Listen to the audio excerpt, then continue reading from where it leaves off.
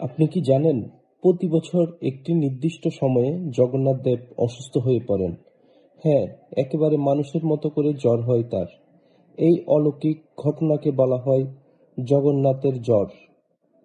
আর এই জ্বর নিয়ে ঘিরে আছে এক প্রাচীন রহস্য।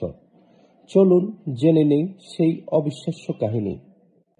উড়িষ্যার পুরীতে অবস্থিত জগন্নাথ মন্দির হিন্দুদের অন্যতম তীর্থস্থান। এখানে ভগবান জগন্নাথ, তার ভাই বলরাম এবং বোন সুভদ্রার মূর্তি প্রতিষ্ঠিত। প্রতি বছর স্নান পূর্ণিমায় তিন দেবতাকে এক বিশাল অনুষ্ঠানে স্নান করানো হয়। প্রায় 108টি কলসি জল দিয়ে চলে এই মহান স্নান। কিন্তু এর পরপরই ঘটে এক আশ্চর্য ঘটনা। স্নানের পর জগন্নাথ দেব অসুস্থ হয়ে পড়েন। তিনি জ্বরে ভোগেন, যাকে বলা হয় অ্যানাসারা। এই সময় তাকে মন্দিরের মূল গর্ভগৃহ থেকে সরিয়ে এক নির্জন কক্ষে রাখা হয়, ঠিক যেমন একজন অসুস্থ মানুষকে বিশ্রামে রাখা হয়। এই 14 দিনের সময়টুকু ভক্তরা তাকে দর্শন করতে পারেন না। তবে বিশ্বাস করা হয় ওই সময় দেবতারা আয়ুর্বেদিক চিকিৎসায় সেবিত হন।